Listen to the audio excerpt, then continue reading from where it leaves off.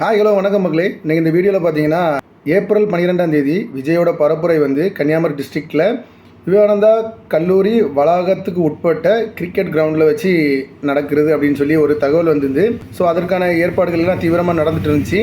So இன்றைக்கி பார்த்தீங்கன்னா திடீர்னு அந்த இடம் வந்து செட் ஆகாது, இங்கே வந்து நீங்கள் சொன்ன ஆளுகளுக்கு வந்து இந்த இடம் பத்தாது அப்படின்ற மாதிரி ஒரு தகவல் வந்துச்சு. ஸோ அந்த தகவலின் பேரில் நாளைக்கு நடக்க இருந்த பொதுக்கூட்டம் ரத்து. ஆனால் ரோட் ஷோக்கு அனுமதி அப்படின்னு சொல்லிட்டு நம்ம காவல்துறை ஆய்வாளர் எஸ்பி ஸ்டாலின் சொல்லியிருக்கதா தகவல் வந்துட்டுருக்கு. அண்டு இதை வந்து அஃபிஷியலாகவே மீடியா அண்டு ப்ரெஸ்ஸுமே இதை வந்து உறுதிப்படுத்திட்டாங்க. ஹாய், இப்போ நம்ம எங்கே நிற்கணும்னு பார்த்தீங்கன்னா நாளைக்கு வந்து விஜயோட பரப்புரை நடக்கிற இடத்துல, அதாவது விவேகானந்தா காலேஜ்.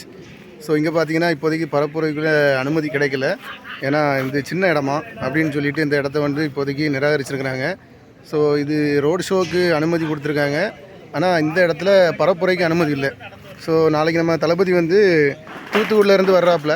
ஸோ ஆந்திவே எல்லா ஹைவேலையுமே பலவூர், குமாரபுரம், அப்புறம் வந்து நம்ம மகாதானபுரம், சந்தகர ரவுண்டானா, அப்புறம் வந்து கன்னியாகுமரி 0 பாயிண்ட். அநேகமாக கன்னியாகுமரி 0 பாயிண்டில் தான் வந்து ஸ்பீச் நடக்கும்னு நினைக்கிறேன். அதனால் வந்து இந்த இடத்துக்கு வந்து இப்போதைக்கு பெர்மிஷன் இல்லை. அதனால் நாளைக்கு வந்து ஒன்லி ரோட் ஷோ. அநேகமாக மதியம் 2 to 8 மணி வரைக்கும் பிரச்சாரத்துக்கு அனுமதி கொடுத்துருக்காங்க.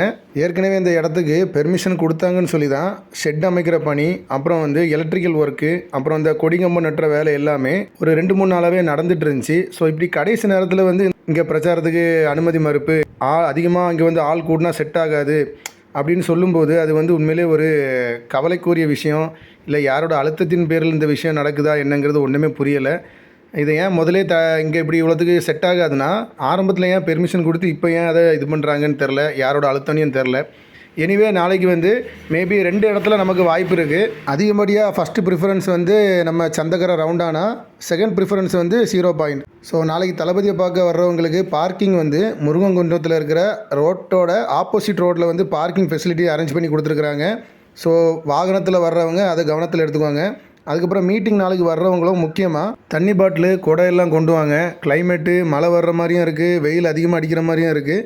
அதனால் நம்மளோட சேஃப்டியை நம்ம தான் முக்கியமாக பார்க்கணும். ஸோ நாளைக்கு எல்லோரும் தளபதியை வந்து சேஃபாக பார்த்துட்டு சேஃபாக வீட்டுக்கு போங்க. நன்றி.